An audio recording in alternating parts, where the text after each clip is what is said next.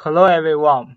It is my great honor to have this chance to share our recent research. My name is Chen Wang, a PhD student of Southeast University from China. My talk is about thermodynamic analysis of compact liquid air energy storage with packet bed energy storage units. My talk is divided into 4 parts: background, system description, results and discussion, conclusions. First is the background. As all we know, renewable energy is becoming more and more important and popular nowadays. The left picture shows the top 20 countries by the size of their targeted non-hydrogen renewable power additions between 2020 and 2030. Many countries have set targets and try their best to add more renewables for combating climate change. The right picture shows the increasing renewable shortfall for the RE100 from 2018 to 2030. The future must belong to renewables. But as most renewables are intermittent, how can we deal with the supply and demand issue of renewables? Energy storage technologies can be the answer. There are many types of energy storage technologies for different applications at different scales. And as a promising solution for grid-scale storage technology, liquid air energy storage has attracted extensive attention over the years due to several advantages. The right picture shows the concept of the baseline LOS. We have done the literature reviews of LOS. This page shows the main feature of the recent LOS research. The recovery of cryogenic energy from liquid air and compression heat is crucial for the LOS. However, these cold or hot energy recovery processes all have disadvantages. Liquids for hot or cold storage have bad pressure and temperature tolerances and offer expensive construction, high risk for applications due to properties of organics, and traditional LOS packet beds for hot or cold storage make the LOS system not compact. So, we propose a compact LOS using the packet bed as hot or cold storage materials and selecting liquids as heat transform fluids. This page shows the flow diagram of the proposed LOS system, which mainly consists of a charging cycle and a discharging cycle. The main feature of the proposed LOS system is that the compression heat and the recovered cold energy are both stored in packet beds. The cold energy from discharging cycle is stored for use in the charging cycle to enhance the liquefaction process, transferred by one kind of fluid. The compact LOS system is supposed to operate daily, with an off-peak time, a peak time, and 2 idle times. We choose some oil as the heat transform fluid of the packet bed hot storage. It has been revealed superior by previous research. But which fluid is suitable for the packet bed cold storage? as the heat transfer fluid. This page shows the reason why we choose high-pressure propane. We investigate a wide range of fluids and found that the fluids have an increased temperature range of liquid states with a higher working pressure. As the liquid air experiences a temperature rise of from around 87 Kelvin to 293 Kelvin, we choose propane at 1 megapascal as the heat transfer fluid of the packet bed cold storage. This page shows the uniform mathematical model of the packet bed hot storage and packet bed cold storage. Normally, a packet bed unit has its own charge process, discharge process, and two other times. The left part describes the charge and discharge process. The right part describes the temperature changes at other times. The equations are solved in MITAB. The raw temperature modeled for the axial temperature profiles are compared with the works of Peng and Shakravali, respectively. Both the two figures show that the appropriate agreement is reached.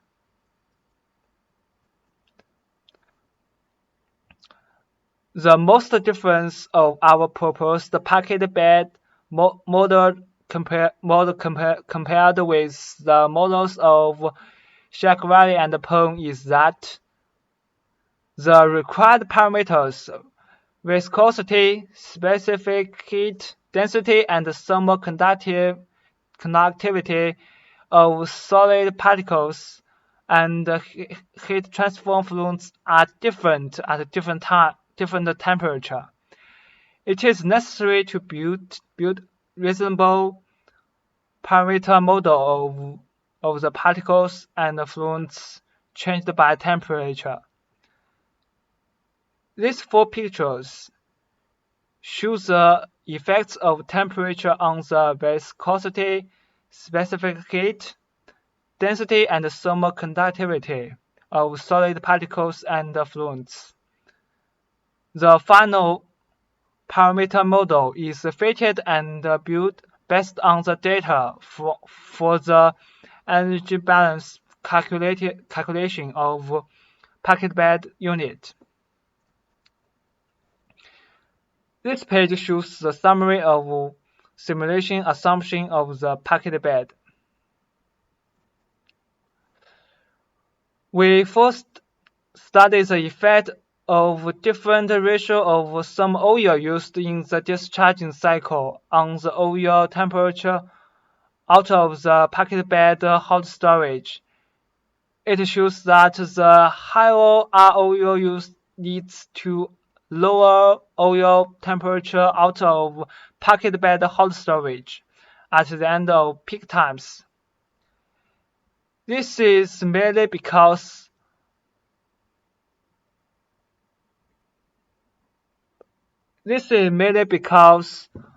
more mass flow rate of some oil will take more compression heat from packet bed hot storage at first, and there is not enough compression heat at the end time. When the oil used is equal to 30%, the oil temperature out of the packet bed hot storage nearly unchanged. This figure can be divided into three regions. The first region is characterized by charging cycle at off-peak times, which the particle temperature increases rapidly at the height of 1 and 2 meters.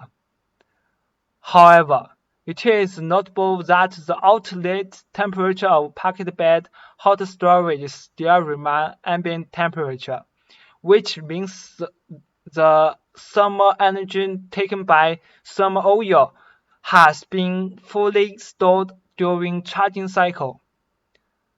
The followed region is the idle time 1 region. In this region, temperature difference between packet bed and the ambient causes the temperature reduction of particles, especially at the inlet of the packet bed. The final region is the discharging cycle at peak times.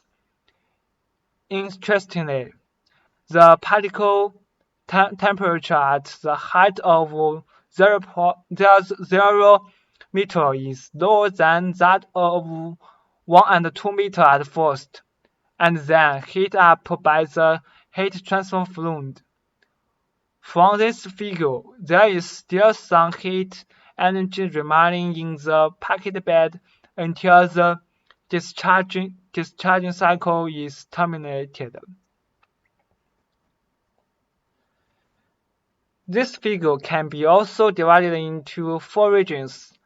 The first region is discharging cycle at peak times, which the particle temperature decreases rapidly at the height of 1 and 2 meter. The cold energy taken by propane has been fully stored during discharging cycle. The followed region is the idle time 2 region. The third region is the charging cycle at off-peak times. The particle temperature at the height of 0 meter is higher than that of 1 and 2 meter at first, and then cooled down by the heat transfer fluid. From this figure, there is still some cold energy remaining in the packet bed, which is hard to be used. The last region is the idle time 1. It has the same mathematical model of the idle time 2. The left figure shows in this page that the propane temperature out of the packet bed cold storage at off-peak times is changing. It results in huge decrease of liquid yield at the last 2 hours. The round-trip efficiency of the compactor LOS can be calculated by the upset equation, which is around 0.33. It is quite low because lots of cold energy in the packet bed cold storage cannot be effectively used. The propane may not be a good fluid for improving the round-trip efficiency. Actually, if we can find a liquid fluid which has a similar CP property with air, I think the round-trip efficiency can be enhanced a lot. Here are our main conclusions. The amount of compression heat stored in the packet bed hot storage is large enough for heating up the air in the discharging cycle to improve the power output of air turbine. Second, during the 4-hour charging cycle, the temperature of cold propane out of the packet bed cold storage increases rapidly at the last 2 hours, resulting in poor liquid yield and round-trip efficiency. Third, from the simulation of daily operation, using propane as the heat transfer fluid in the packet bed cold storage can make the system more compact, but it is not an ideal fluid when considering the round-trip efficiency. Finding a more suitable heat transfer liquid fluid that has similar CP property with air can improve the round-trip efficiency of air a lot.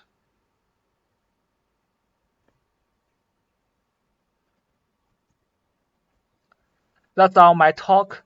Thank you for your listening. Thanks to MITAB.